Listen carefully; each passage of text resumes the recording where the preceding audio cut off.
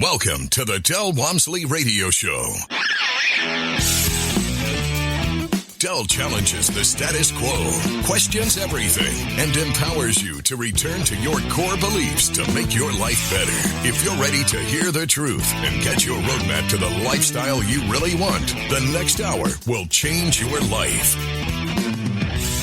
And now, your host, self-made millionaire, national award-winning investor of the year, CEO and founder of Lifestyles Unlimited, Del Walmsley.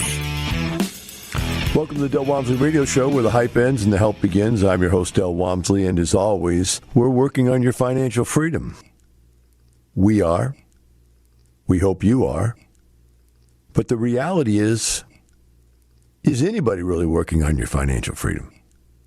Is anybody really working on you potentially having enough income to retire? We've got to look at this issue. I've been looking at it for 30 years, and I get up every day, and it's kind of like, okay, how can I shed more light on this? But sometimes material just gets dropped in my lap. And the other day, I'm listening to AM radio, like you must be if you're listening to this on some radio show somewhere. And on come what would be considered quite common, which are some financial advisors. And especially on the weekends, there's financial advisor shows all the time. Even weekdays, there's financial shows all the time. And all of these financial advisors basically are saying the same thing. I'm going to help you create a financial plan that's going to help you to retire someday. Some of them say, hey, I only work with people who are going to retire within the next 5 years. I only work with people who have a large enough amount of money because it's not worth it to them to work with people who have a small amount of money. It just doesn't work for what they're trying to do. But the show I listened to the other day, it struck a bone. It struck a funny bone because I thought it was really, I guess, it's not funny. It's ridiculous. It was a set of financial planners talking about all other financial planners as if they were dirt. And the basic concept comes down to they were saying that they are fiduciaries and that most other financial planners are just basically brokers. They're stockbrokers. They're salesmen. They're selling you product of whatever kind of product they want to sell you. And they're getting paid massive commissions to do so. And then their argument is, but we don't do that, right? We don't do that. We get paid some other way. And you see these TV ads all the time where there's this really old woman saying that we don't get paid. We don't take commissions. Well, how do you get paid? We get paid when our clients do better, which is an absolute, utter lie. It's bold-faced lie. They don't get paid when their clients do better. They get paid no matter what happens to their clients. Because there's basically only two ways to purchase financial advice. One is to buy it along with it being packaged around something somebody's selling you. So if you go in and you want to find out about a cross-country bicycle, for instance, you go into the store and you ask tons of questions about cross-country bicycles. Or you go on YouTube and you ask tons of questions about cross-country bicycles. The people that are giving you the information are either the people that built the bicycle or the salesman who's selling the bicycle. But there's no professional bicycling association fiduciary that's telling you exactly what is right and wrong about bicycles and about the types of bicycles. That would be a fiduciary. And these financial planners are claiming they're fiduciaries, which means, and I tried to look it up, and I'll tell you what, they've got so many squirrely answers for this. It basically comes down to a fiduciary's responsibility is to put your needs and benefits in front of theirs, which there is nobody on this earth that is a fiduciary. to that level. If that financial planner would do it for free and care about you, then he's a fiduciary. But if that financial planner is saying, look, I'll give you financial information that I've garnered through years of education, years of practice, study, experimentation, I'll give you that if you pay me a fee. Now, we can collect that fee as a $10,000 a year retainer. We can collect that fee as 4% of whatever your portfolio is each year. But it's a fee. And they get paid it whether your financial plan does better or not. It's a complete, utter lie. Everything these guys are telling you is a lie. Right? So now they're writing articles and they're doing radio shows and they're doing TV shows trying to tell you that these dirty little salesmen are selling you stuff. Dirty little salesmen are selling you stuff. That you need to watch out for the dirty little salesmen because they're not fiduciaries. And that they would never sell you the same stuff that the dirty little salesman would sell you. And that's only because their firm has the requirements of what they can and cannot sell. Because their firm benefits from it in some way, shape, or form. Now, they say they can't, because if they benefit on the back end without telling you, they're not a fiduciary. But wait, you can sign that right away. They can say, okay, I'm advising you as a fiduciary, but wait, we've got this product here we really like, and if you read the fine print, it says that we are disclaiming that we have any long-lost relationship with this company somewhere, somehow, some way. And so you sign away your rights for them being your fiduciary while you buy this particular product. Now, before we go any further, let me explain to you where I'm trying to go with this. What I'm trying to show you is that whereas these people, a la the fiduciaries, and I'm going to read some of their material to you, who are trying to convince you that these big bad salesmen are out here selling you bad financial product, I'm going to come back and make the point that neither of them care one bit about you and where you're going. Then you could go ahead and, if you're a libertarian, make the argument that maybe they shouldn't care. Maybe that's not their responsibility. Now, if you're a liberal, you're going to go, no, those guys have way more information than you do. They should not be able to use that information against you. And if you're conservative, maybe you say it's business. And you should be smart enough to not do what you don't know how to do. Don't get involved if you don't know. You should be sophisticated. You should be accredited before you get into really intricate investments. But I still haven't gotten to your point. But Dell, neither one of them retired me. The concept of actually making money, a large enough amount of money to retire, is not even in the discussion with these guys. As I listen to them on the radio, put the other side down, because, only one side's on each show, and then the other show picks it up and goes, well, we sell this stuff. Each of these groups sell a product that they have all the great arguments for.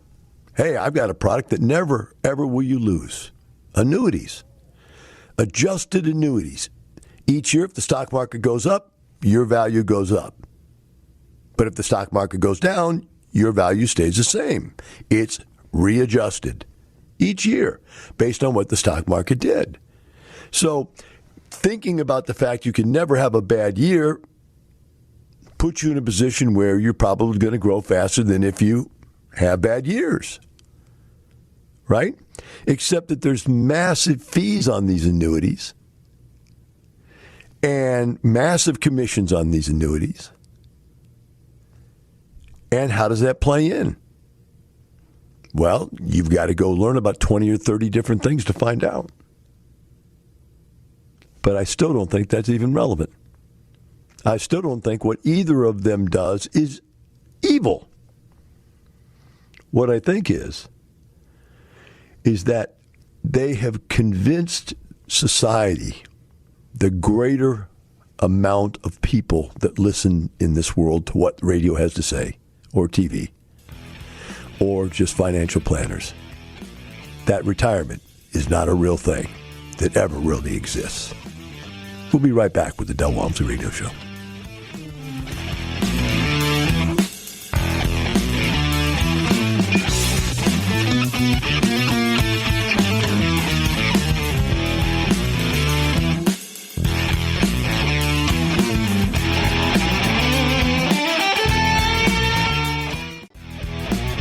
Welcome back. Now here's some more unconventional wisdom to set you free from the man on a mission to retire America, one person at a time, Del Walmsley.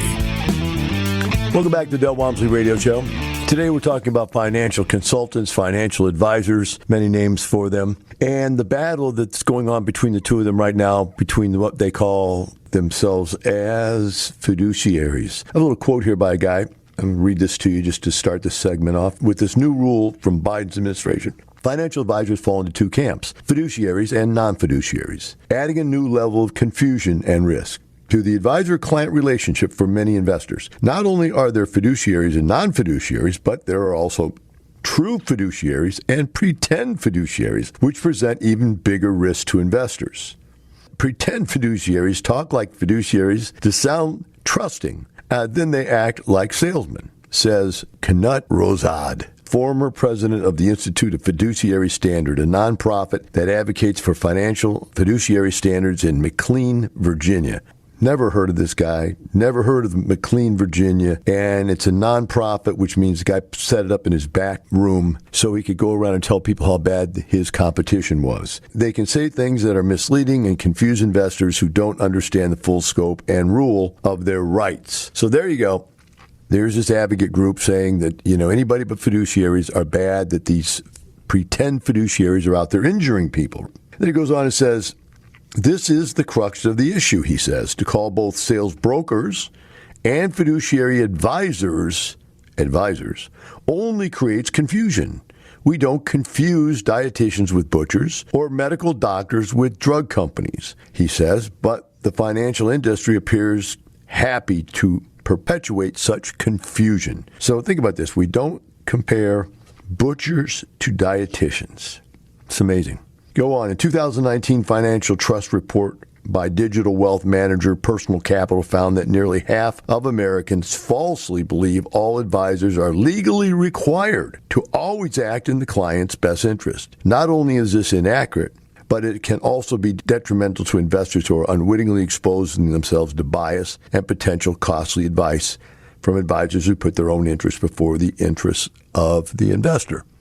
So what is it then when a fiduciary tells you to do something because they're not putting their own interests in front of yours? What's it called when they tell you to do something that doesn't work?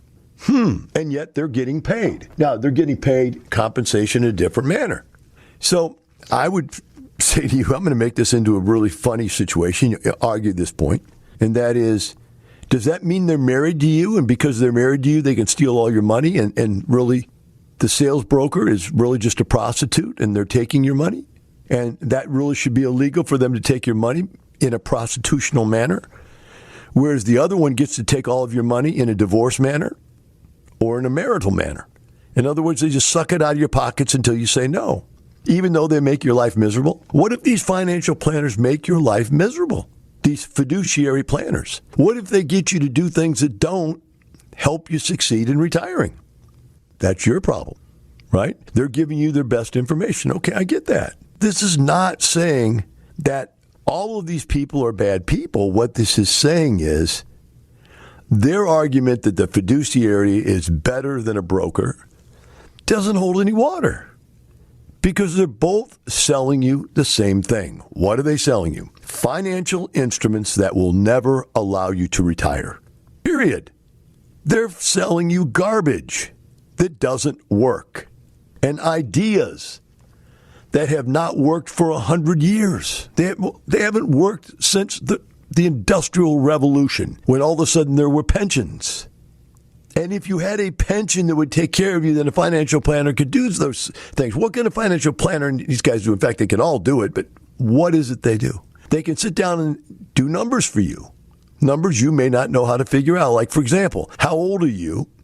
How many more years do you have to work, and how much can you save? Okay, if you can save this amount, and we impute a rate of return that's just a guess, or it's just an average, or it's just a median, or it's just some type of logarithm, and we impute that into this, we know that if you did everything you said you would do, saved every penny you said you'd save, never lose, never have a bad year, we could guarantee you, no, take that word out of my mouth, Del, come on. Get that bar of soap in there right now. They can't guarantee you anything.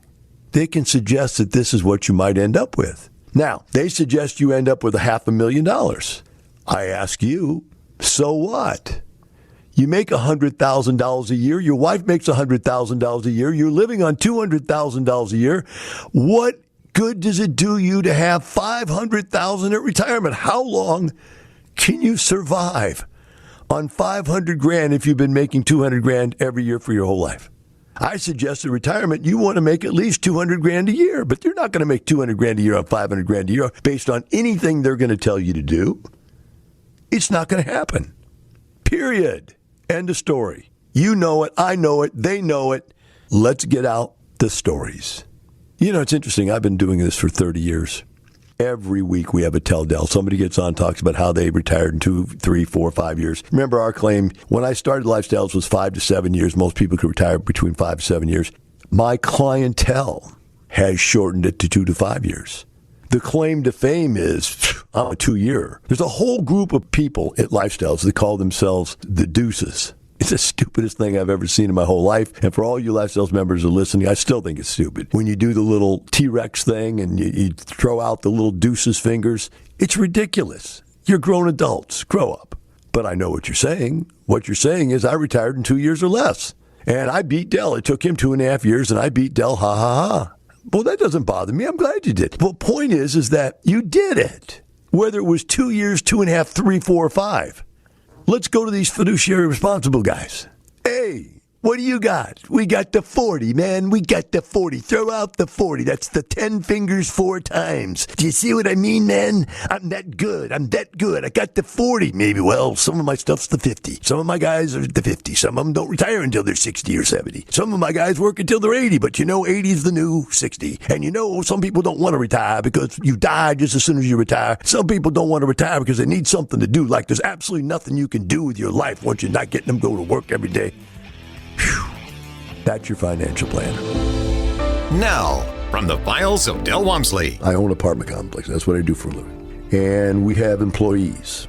And needless to say, many of our maintenance men are Hispanic. Many of our leasing agents are Hispanic. And we've gone to them and offered them insurance plans. The insurance plan costs $600 a month. We'll pay $300 if you pay $300. I think we even offered to pay $400 if they pay $200, something like that. You know what their answer was? Every single one of them said, I don't want it. They don't want insurance. People don't value insurance when they're young. And so they never get used to buying it. It's not a part of their cost of living.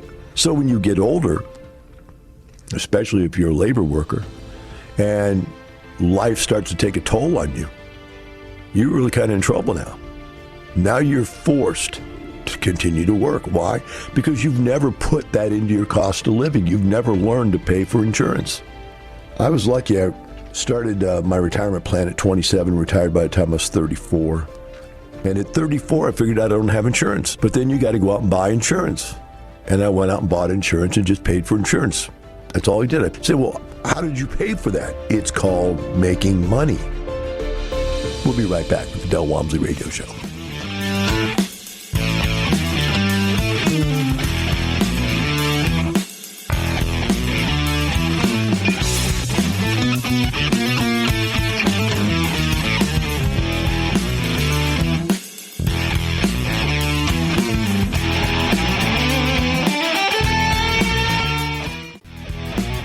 Welcome back. Now here's some more unconventional wisdom to set you free from the man on a mission to retire America, one person at a time, Del Walmsley.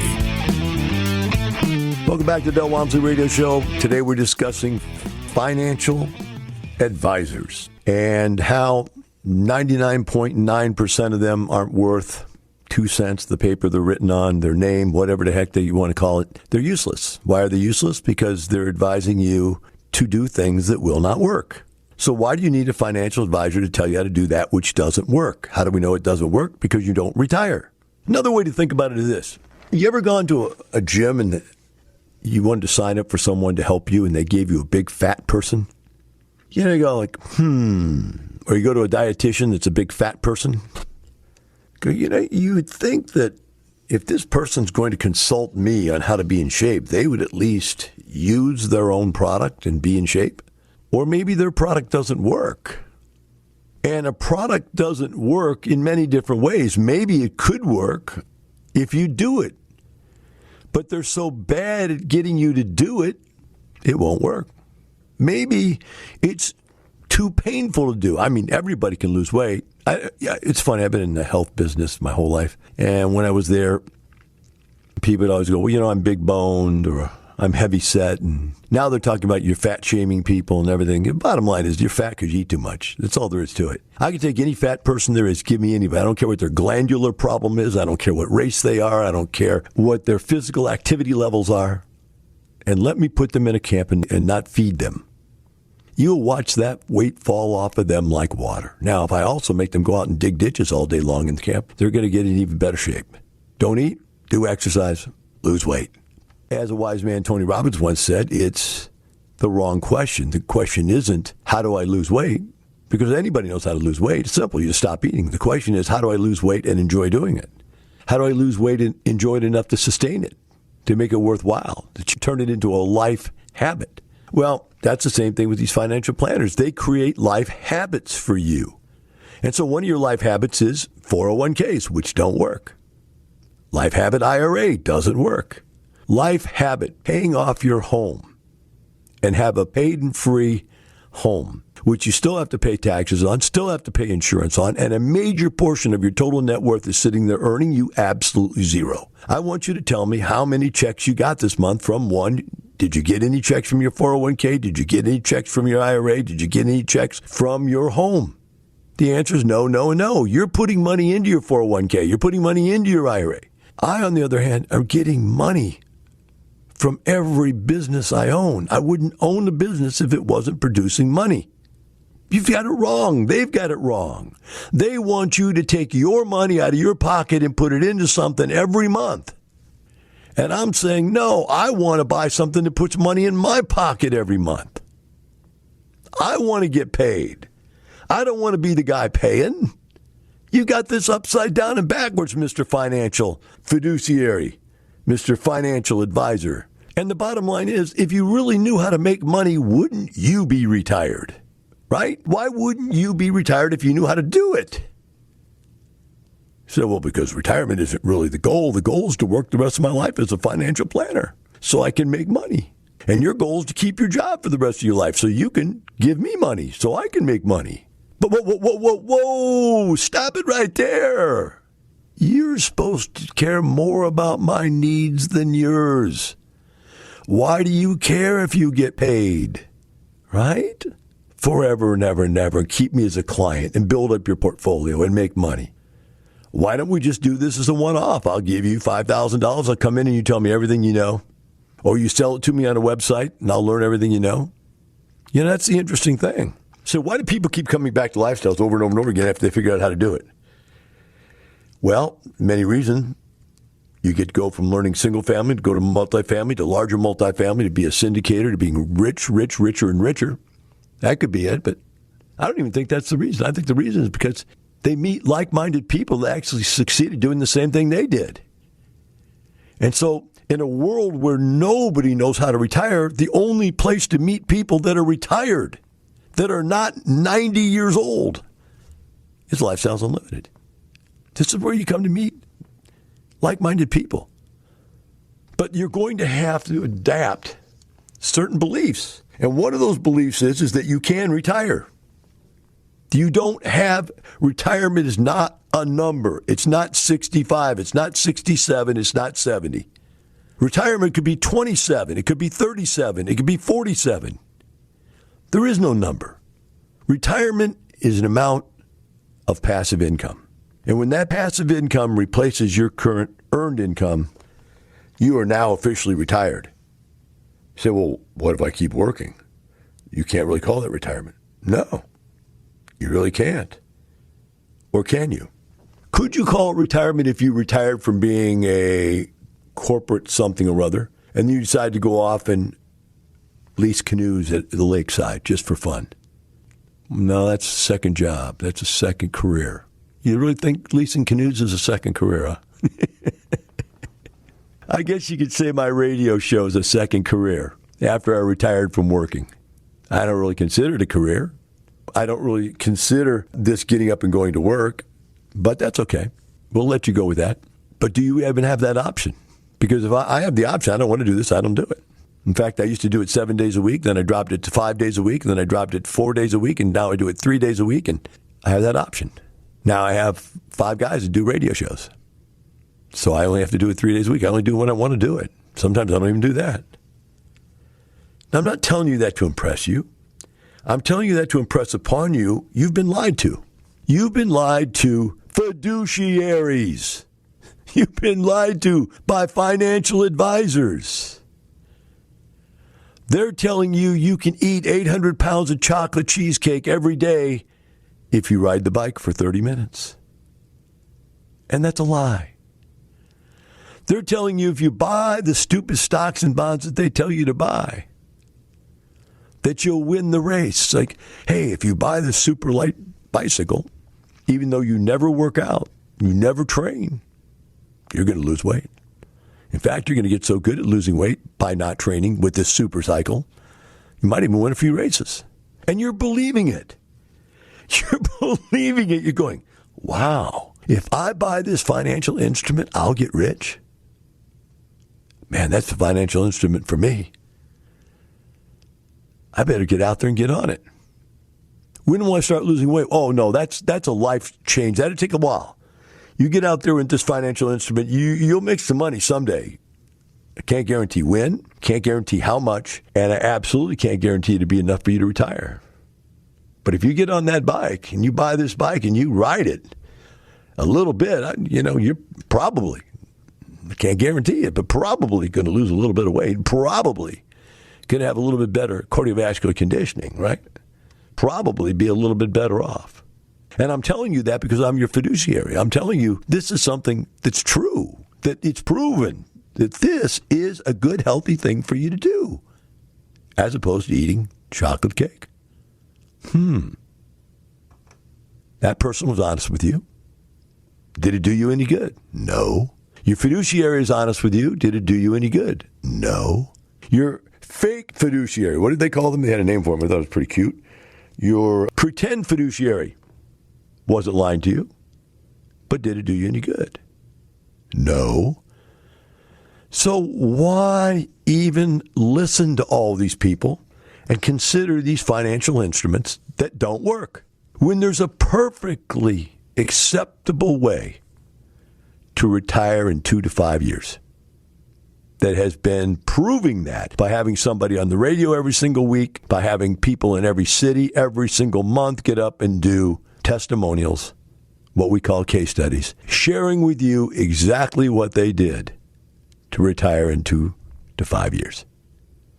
It works. Let's get those financial planners to get some of those people up here and testify. I bet you can. It's not just the money, it's the lifestyle. Here's Del Walmsley. Why do you not retire? Because you need money. So what is rule number 1? Don't lose the money you have. Rule number 2 in my game is there must be cash flow. If there's no cash flow, then you can't retire because you need money. And they're saying that the average person out there to be able to retire needs to have 8 times what their income is. So if you make $50,000 a year, you need $400,000. If you have $100,000 a year income, you need $800,000. Well, given that, there are a lot of problems with that as we'll go along here. But the main one is there's nowhere to put that money anymore. You used to be able to put it in high interest rate bonds and high interest rate CDs. And so even if you had 8 times your money, it's not going to be enough. It's not going to throw off enough. In fact, let's just do a little math here with that. Right now, savings accounts, we'll see a CD might get you 0.5% right now. So 400,000 times 0.005, 0.5%. That's $2,000 a year. Can you live on $2,000 a year? And if it's $100,000 and you live on $4,000 a year, the answer is obviously no. The problem is you need money. That's the basic problem. You can't save up a pile of money and survive. You need to create an income stream. We'll be right back with the Del Walmsley Radio Show.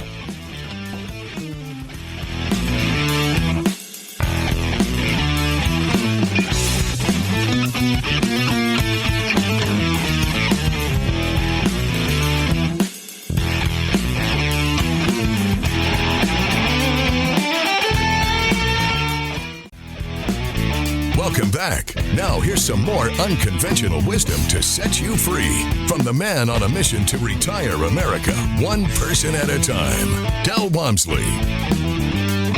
Welcome back to Del Walmsley Radio Show. I'm going to go with a email I got today because I think it brings up some good questions that we should discuss. I'll read it here. It says, I'm a preferred member currently with $850,000 invested in passive deals. So he's bought into syndications, real estate syndications, spread out among value plays and hybrids. So a value play is a property you buy that's all messed up. And the major gain on the property is by fixing it up, increasing the rents, increasing the value rapidly, and then generally refinancing out the money tax-free or selling it, one of the two. He said, I'm also in some hybrid deals, and hybrid means that besides being in value plays and yield plays where you buy the property simply because it's going to have a cash flow. You're going to live off the cash flow. Now, a hybrid is one that you buy it because it's going to have cash flow, but it also is going to have some components of being a value play. So he's between value plays and hybrids, he's tipping towards and leaning more towards the big bang type of investment. I took the advice from the 2-day and pulled out $250,000 in equity from my paid-off primary residence in the form of a HELOC. Given interest rates and where you see things going, could you perhaps discuss the difference between a HELOC and a cash-out refinance? Rate and term refinance for the vehicles that suggested to tap out debt equity from your home. Can you make more sense out of the realm of this investment? Let's look at this for a second. You've got to start with the basic concept that most people don't understand. The money, the equity in your home is losing you money. Every day it's there, you're paying taxes on it, property taxes, income tax, insurance taxes, everything, the whole bit. You got to pay maintenance, repair on that house. It's a loser situation, but it's a loser that you're living in. So it's a cost.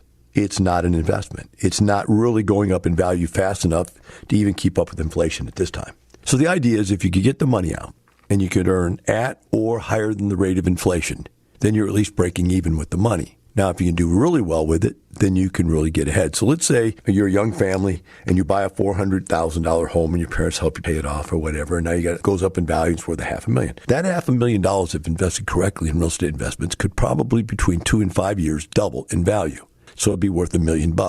You would double your net worth. But if the money was left in the home, then you can't make any money with it. So these people are saying, okay, I got that now that I've been to the seminar. I see that that's $250,000 that's just wasted there. Question now is, should I pull it out of a HELOC, which is a line of credit, personal line of credit against your residence, or should I pull it out in a cash out refinance? And you really have to look at where you're at a starting point. If you currently have a good mortgage on your house that's a very low interest rate, then you're probably better off just to tap around the top edges of it with a HELOC because you're only going to get a small amount of money and you may have to pay something like an adjustable rate mortgage on that HELOC, and interest rates are going to go up, if anything, right now. All right, so on the other hand, if you could refinance it and take your mortgage down to a super low long-term mortgage, that's what I would prefer to do. Because if you could lock in 2%, and lock it in for 30 years. Don't go for a 15-year mortgage and try to pay it off early. Don't do any of that stupid stuff. Borrow the money for as long as you could possibly borrow because you don't really want the money. A paid-in-full home is useless to you. What you want is the money in investments. So you also want the smallest monthly payment you can possibly pay because money is all about cash flow. It's the cash flow, stupid. If there's no cash flow, then there's no life. You've got to have money, and so any way you can reduce your expenses is better off. That's really the answer to a question like this, is that what are the interest rates now? What is your interest rate on your mortgage? And can you go down and lock in a nice long-term mortgage? You got to think long-term in these things because you're really not trying to pay off that house. It's just everybody thinks you're trying to pay off the house. No, you're trying to get enough investment capital to get rich. So if you can deploy that $250,000 in anywhere from 2 to 5 years from now, it has doubled in value on a good investment. You're talking about a situation having $500,000. You still have your house. So we have that mortgage. Yeah, but you have $500,000. You didn't have. You had a house. Now you have a house and $500,000, right? So it's something most people can't understand. It's money that's just sitting there doing what we call, it's becoming dead equity. So we want to do everything we can do to get that dead equity out of there. And in reality, keep it out. So the question, Del, is, does anybody ever pay off their home? Okay, my home is paid off.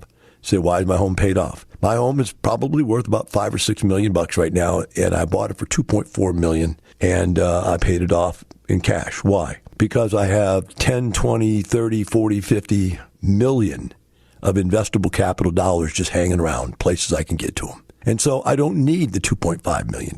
It's useless to me. It doesn't increase my investments. At this point, I have enough cash that anything I want to buy, every investment that I come across that I want to buy, I buy because I have money. And because I just keep putting that money into investments, I have more money. And I just keep buying more and more and more and more and more and more real estate and more companies and have more and more income and more money. So I don't need the money. If you ever get to the point where you have everything you want and need income-wise, then you might as well pay off your mortgage. And I don't have one debt, one bill anywhere. Why? Because I have more money coming in than I need to live at a higher quality of life than I ever dreamed I could ever live at from the beginning of time till even my adult age. I never thought I'd be this place I'm at now. So there's no need to have a mortgage. But for you, my friend, if you're not there yet, then think seriously about that debt equity sitting there doing nothing for you. And that 401k and that IRA and that college tuition thing for your kid and all the other places you have money stashed that are doing absolutely nothing towards making you rich and giving you an early retirement. And remember, you can talk to a financially responsible fiduciary or a financially responsible financial planner, but the reality is they're not going to tell you how to retire because they don't know how to do it. Now intel from the files of Del Walmsley.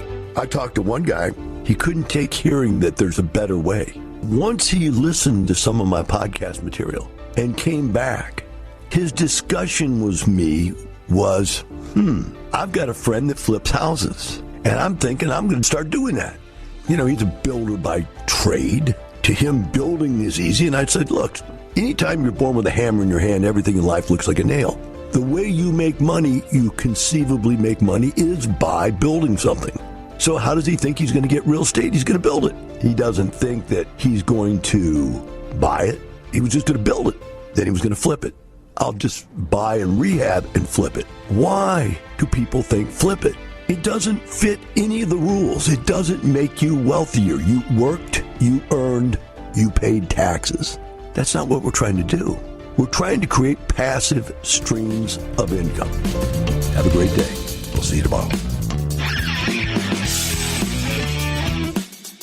The information and opinions you hear on the Del Walmsley radio show are those of the host, Del Walmsley, his guests, and his callers, and do not necessarily reflect the opinions of this station, its affiliates, its management, or advertisers. The Del Walmsley show is for entertainment purposes only. Please consult a professional regarding your personal investment needs. Nothing presented on the Del Walmsley show constitutes an endorsement, recommendation, offer, or solicitation to buy or sell any product or security.